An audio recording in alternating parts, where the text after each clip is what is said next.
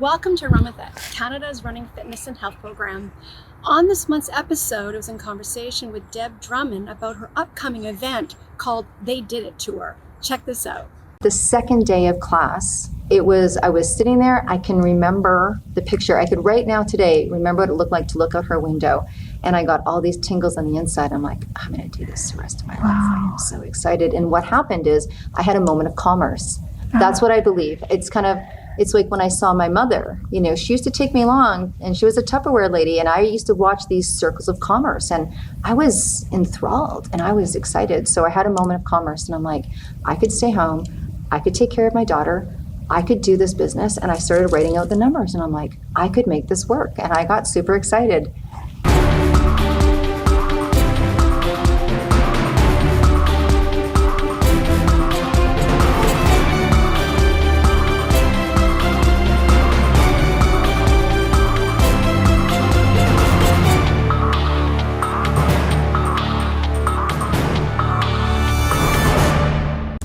Here we are at the Rio Theatre in Vancouver, and my special guest today is Deb Drummond. She is a successful entrepreneur, international speaker, award-winning author, and she has her own podcast, Mission Accepted. She's here today to talk about what she does, her many roles, and the Unforgettable They Did It Tour. And I want to know all about that. Welcome, Deb. Oh my gosh, thank you so much for having me. I am so excited to be here today. Yeah, so tell us about being an entrepreneur. I mean, you wear many hats. As entrepreneurs do.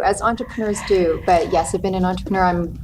Should I say? It's my 31st year. Oh my goodness. 31st year of being an entrepreneur. So you can imagine there's been many hats, but there's also been many different generations of being an entrepreneur and what that's been like to be a woman in business, to be a parent in business, to be a single parent, to be married, to have all sorts of different things happen in my life in 30 years. Think about all the things that happen and then conquer or work within, those guidelines of being an entrepreneur. It's been really exciting. There's been some incredible experiences I don't think I would have had any other way.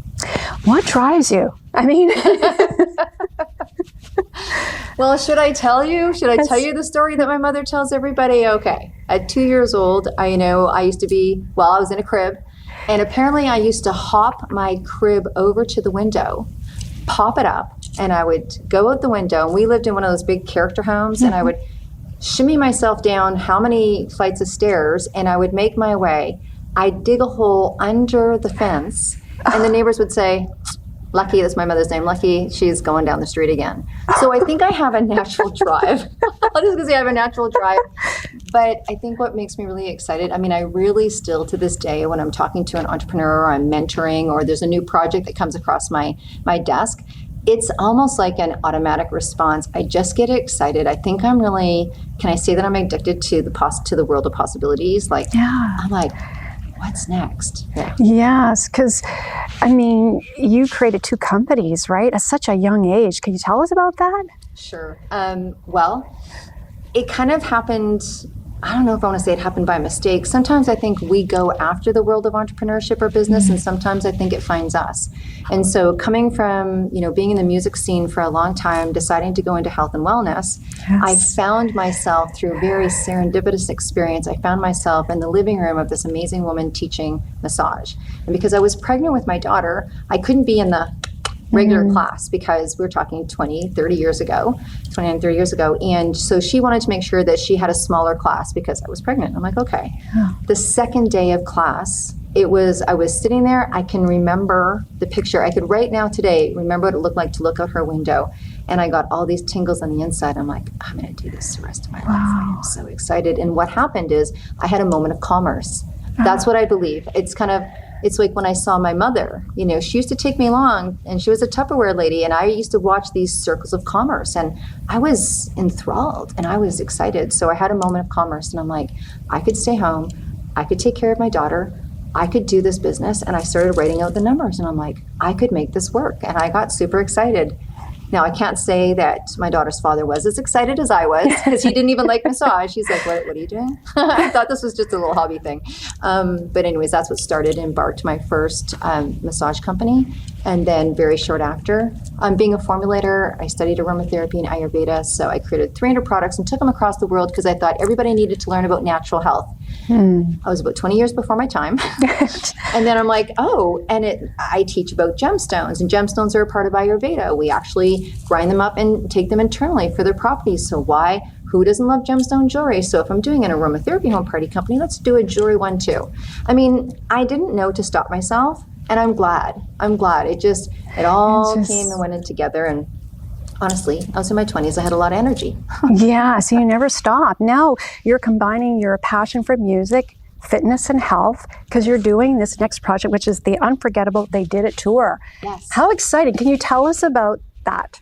Absolutely. So it's called The Unforgettable. And excuse my, singing, but it's like, unforgettable. Yes. For those of us that know that song, it's for us. For the rest of you, it's just unforgettable. It's memorable. So The Unforgettable They Did It tour, because, of course, we're going to do it. They did a tour, and then the subline is two women walking and rocking. So it is myself and a very dear friend, and she's been a part of the Vancouver Police Department for 29 and a half years, and she's retired. I've been, 30 years as an entrepreneur, and I had this kind of just moment. I kind of call it a God drop, actually, because no one in their right mind would have thought up this idea. But we are actually, a year to date, we are actually going to be getting on a plane and landing in the gorgeous land of Ireland and Dublin. And we are going to walk from Dublin to Galway and from Galway to the Cliffs of Moher. So it's about 8.5 marathons over the course of 8 days. Wow.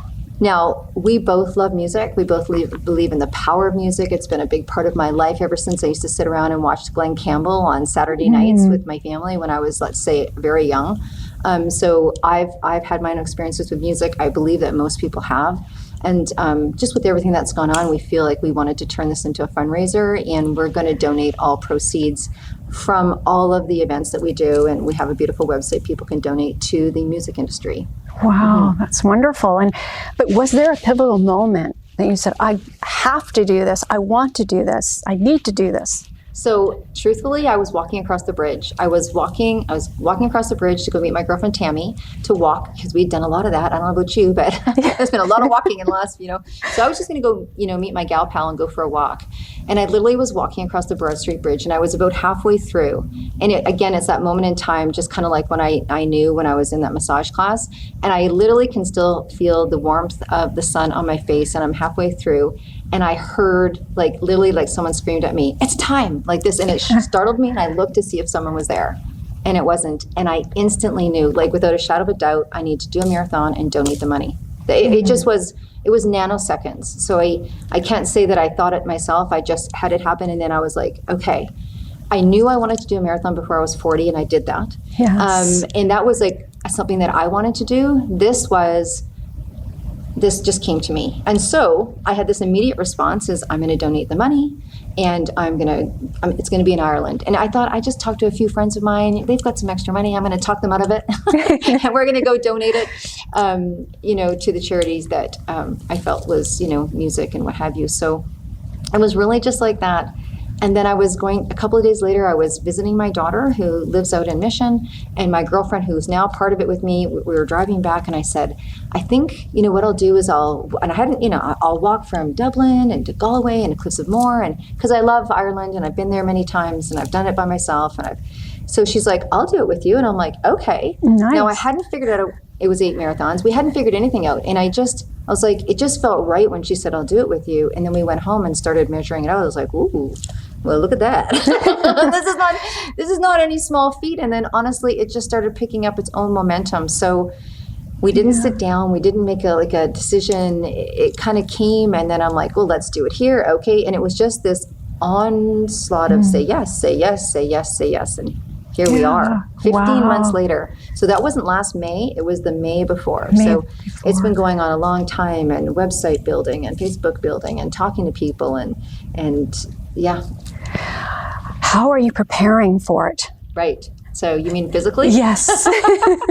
Because I'll tell you honestly, when it first happened, and even when I made the decision, or the decision was made for me, and then when me and Corrine were talking about it, I didn't shout it from the rooftops yet. I shouted it to my inner circle. And I think that I had to really mentally get myself around it. I really had to have that conversation with myself, like, Deb, this is multiple marathons, one after another after another. I know how I felt after I did one. And let's get honest, people, it was 17 years ago. So it's not like I'm a marathoner, So I really, mentally, I had to get prepared. And then when I owned it, and thought there's no going back, then I started the physical. And I'm so grateful. There was a gentleman that I met on social media. We started talking. His name's Raman, and he does personal training, and he's incredible. And we met for like a coffee, and he's like, I'll sponsor my services for you. And I was like, oh my gosh. Wow. So he's been showing up at my house, whether I like it or not, 3 times a week for probably the last 6 months for sure, if not longer. And we've talked about proteins in the body, and we're starting to talk about nutrition now. I have a health and wellness background, so I'm not difficult to convince into that, even though I don't drink enough water for him, like ever. But we're training 3 times a week. Every time I'm doing meetings, I have to do meetings for work, I walk at the same time. Nice. I try to incorporate as much exercise as I can and mentally prepare myself. We're in the gym, which is honestly not my favorite place to be. I'd much rather be swimming. Yeah. So now I'm looking at just incorporating swimming and gym and walking as much as I can and exercise. Even if I'm just sitting somewhere, I'm just like, what can I move? What can I, Yes. incorporate as much as I can before we go. Yes, and writing it down too, keeping that tracker, that would be helpful. Yes, absolutely. Yes. Absolutely.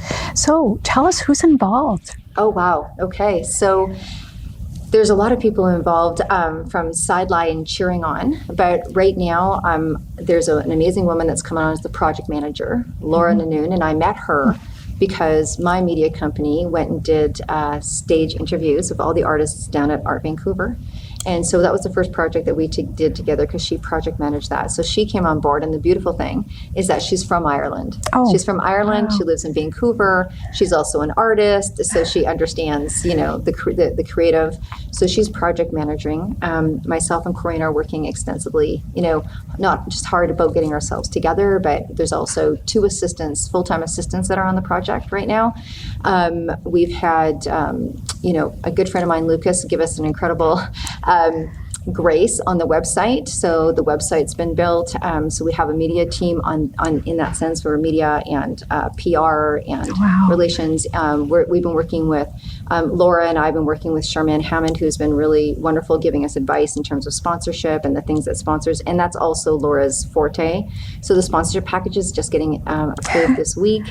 And the website is up and alive. They did it tour.ca, and there's a Facebook group. And the Facebook group is for people to be able to watch the journey. Nice. So they can watch the journey, and anyone in the music industry can go and put any of their gigs, any of their needs, really build a community that will be ongoing beyond the walk. Alicia Keys' organization, She Is the Music, which is a global organization that supports women in the music industry worldwide, has agreed to be one of the recipients. We're talking to what we hope to be a recipient next Tuesday in Ireland, because we wanted to have a charity to give homage to the fact that we're in Canada, and then also in Ireland, and then also something global, because we didn't want to define who got support or who, it's music, right? It's I think just really a non-political, beautiful thing. So giving homage to Ireland, we're meeting with the group on Tuesday. So we're hoping, and that is an organization that gives instruments to children. Nice. And then we're working on a charity for Canada, and we've got a couple of conversations in, so I don't know who's coming on board yet, but I know who we hope. Wow. Yeah. Oh, so wow. three charities, so that it's as diverse as it can be. Yeah, it's wonderful. And how can people get involved? Hey, anyone wants to volunteer, support, bring it on, right? So if they go to They Did It Tour Facebook group, they can certainly send me a private message there. They can contact me at deb@debdrummond.com. They can even just go to my website, debdrummond.com. If that's all they remember is debdrummond.com, it'll go directly to me if they want to be part of it. If they have anything to do with the music industry and they want to know how to be supported, I can tell them what these charities do. They can get themselves onto the Facebook group. Some people want to cheer it on. Some people want to do social media exchanges. If someone has a business and they're like, oh my gosh, I'd love to attach my business, it really fits some of their criteria of their culture, fitness or health or wellness or empowerment or music or what have you. There's lots of different ways that companies can play and support at whatever level they're comfortable with. I mean, I imagine we're going to have people's names written on our bodies and big sponsors and smaller sponsors, and we're open to having a conversation with anyone that wants to be able to tag on to the experience. Thank you very much for coming on the show. We're going to have to you come back when you've done it. Absolutely, yeah. We'll be like, yeah, with a little toque on our hand, little toque, little Natsukachi toque from our sponsor going, oh, we're done. Yeah, thank you, and all the best. Yes, thank you. Thank you.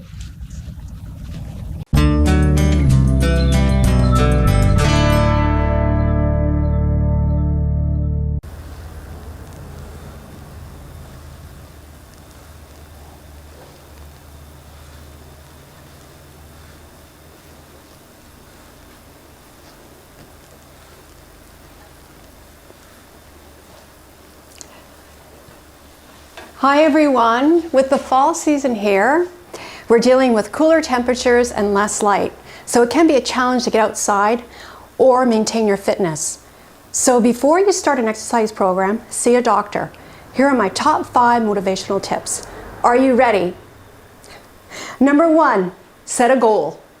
It's so important because you want to strive to achieve something. So set a fitness goal. It could be a 5K, 10K, marathon. Number 2, a proper running program. There are so many running programs out there online, and you can join a club or a clinic, whatever fits your fitness level. Number 3, dress for the weather. With the rainy season and cooler temperatures, as I said, you want to dress in layers, and you want to invest in a jacket, a hat, proper socks, and same socks, shoes. You want shoes because that's your most important equipment. And number 5, properly fuel your body. It's so important, nutrition. So if you don't like eating breakfast, have a smoothie. Stay hydrated. Sometimes we think we don't need to drink any water, but we need it because it'll keep us, for our running or walking. So the longer you're out there, be aware that you need to keep hydrated. And remember, have fun and enjoy the journey.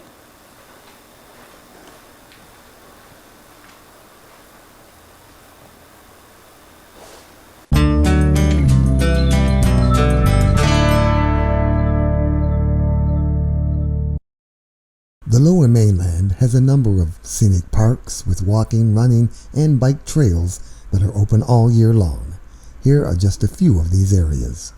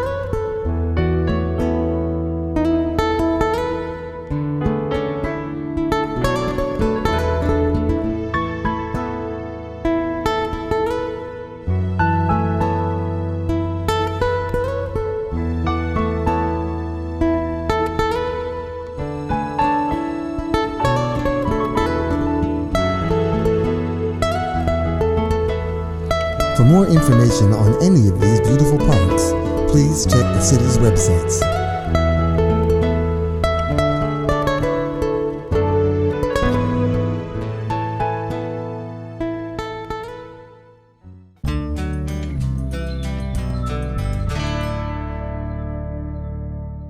Hey, thanks for watching. If you have a question or comment about today's episode, go to our website, which is runwithit.ca. Until next time, run with it. Run With It is sponsored by Mallory's Fashion Network, the Rio Theater, and Craft Hair Academy.